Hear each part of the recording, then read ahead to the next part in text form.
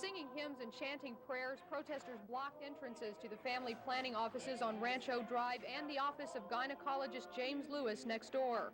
Protesters say they were moved to action by the recent Supreme Court decision to review a case which could overturn the controversial Roe v. Wade decision legalizing abortion.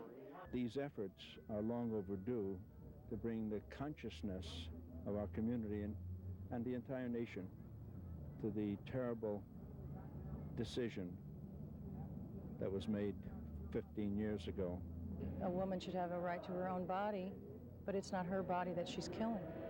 And also, there's already laws in this country, such as a prostitute cannot sell her own body. That's her own body, and yet that's against the law. Those who showed up at the clinic this morning could not penetrate the crowd to get inside and were angered by the protest. Oh, and then you know what I'm here for, and you won't let me go up in there. Will they leave if we ask them to leave? No. From the back?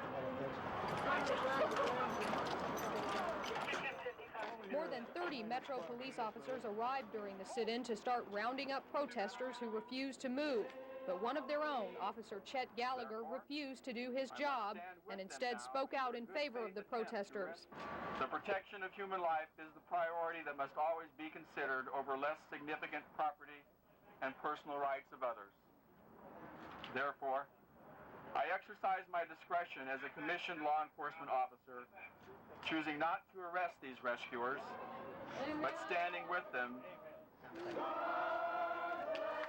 Gallagher was arrested by his fellow officers to the cheers of the crowd.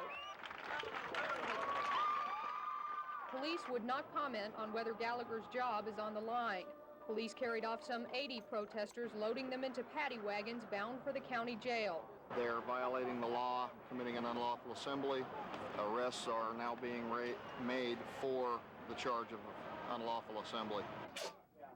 Family planning clinic employees were upset by the sit-in. Anger, a lot of anger toward these people, because I don't think they have the right to tell other ladies what choices they should make with their lives.